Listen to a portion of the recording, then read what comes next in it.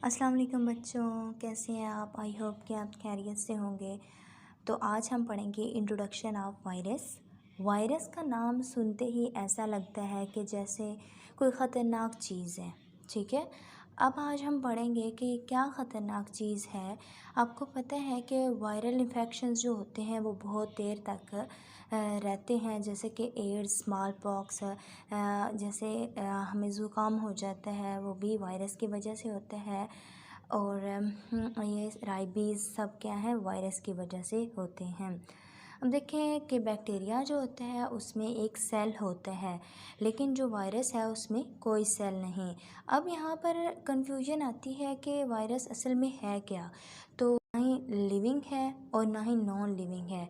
तो ये क्या है कि virus is something in between living और नॉन लिविंग। हम कह सकते हैं कि लिविंग में भी कंसीडर होता है, नॉन लिविंग में भी।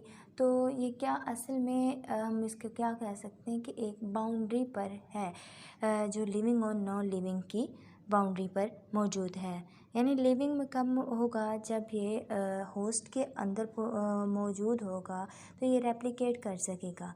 लेकिन जब ये किसी होस्ट के अंदर नहीं होगा तो ये क्या होगा, नॉन सेलुलर के तौर पर बिहेव करेगा, ठीक है। तो ये आपने याद रखना है कि ये बाउंड्री में है बिटवीन लिविंग और नॉन लिविंग में।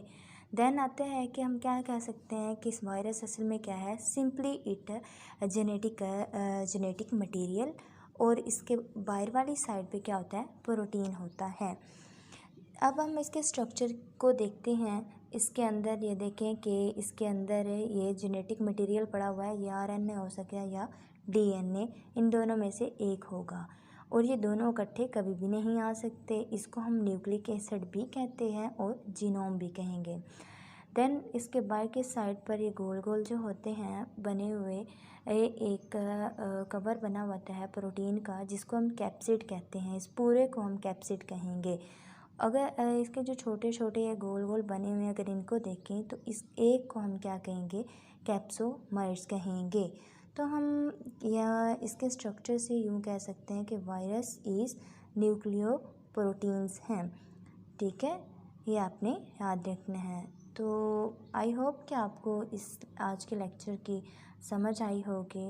मिलते हैं इंशाल्लाह कल। अल्लाह हाफिज़।